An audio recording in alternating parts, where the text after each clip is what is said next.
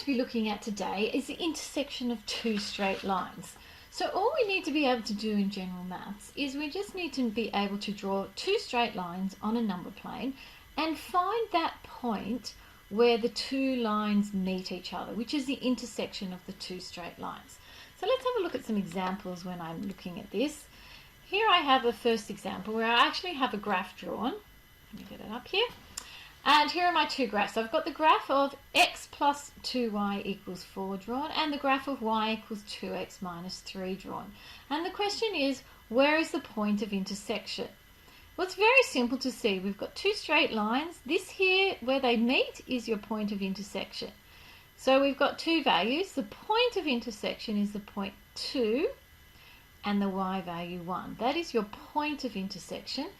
If I was to say to you what is the solution to the simultaneous equations, now simultaneous equations are just two straight line graphs, which we're eventually going to learn to solve algebraically, but that's later in the year. Having a look at two simultaneous equations, what I can say is the solution to this is x equals 2 and y equals 1. So there's a slight difference in the way I use the word. This one is my point of intersection, and this is the solution to a pair of simultaneous equations. So let's have a look at what I mean. Graph the linear equations y equals x plus 2 and y equals 2x minus 3 on the same axis. Well, we can do that. Some of you might want to pause the video, but I'm going to do it very quickly here. Y equals x plus 2, I know it goes through the point 2. And I also know that the equation has a gradient of 1. Because there's a 1 in front of the x, so that means I rise 1 and run 1. And it's positive rise 1, run 1, rise 1, run 1. I've got my points, and I can just use my ruler, and you're going to rule and do a much better job than me. But here is my equation, and this is the equation y equals x plus 1. Then I'm going to draw the equation y equals 2x minus 3. So doing the graph of y equals 2x minus 3, we know that it goes through negative 3, and the gradient is 2, meaning I rise 2 and run 1 in a positive direction, rise 2 and run 1, rise 2 and run 1, rise 2 and run 1. So we can see what my graph is beginning to look like, and what you will do with your straight line is yours will be so much better than mine because you... In fact, I'm pretty sure that I have drawn this incorrectly. Rise 2, run 1, rise 2, run 1 should be here. Rise 2, run 1, rise 2, run 1, rise 2, run 1. So obviously I've made a mistake, but you can do it so much better than me. And what you have to do is find the coordinates of the point of intersection. If you've done it correctly, and you will have, is your point of intersection is the point 5, 7. So that would be the answer to part B.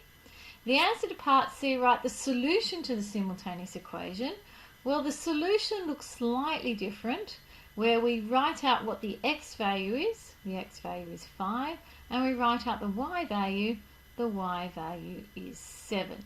And sometimes you see these little brackets put next to it, the little parentheses. And that's how we do it. Nice and simple. Let's have a look at the last question.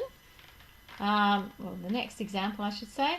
Jeanette is comparing the plans of two telephone companies providing national calls. Oz Express One has a monthly access fee of $14 and charges of $1.30 per call, while Optel Easy has monthly access fee of $25 and charges 80 cents per call.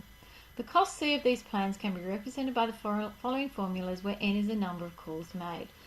So let's not be scared. What we have here are two straight line graphs.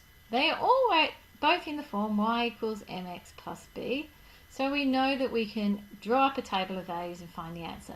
Now, because we've got these horrible decimals here, I would perhaps just draw up a table of values. It says graph these for the values of n from 0 to 50. And what I've done is I started the graph down here, and I started it from 0 to 50. So what you could do is you could draw up a table of values, or you could just use your calculators and substitute each of these numbers in and work out a scale and find your y graph. Then you're going to draw two straight line graphs and you're going to answer two questions. I'm not going to do it now. I'm going to see how well you've understood this concept, and I'm going to check in class. So good luck. Any questions? You know where to find me.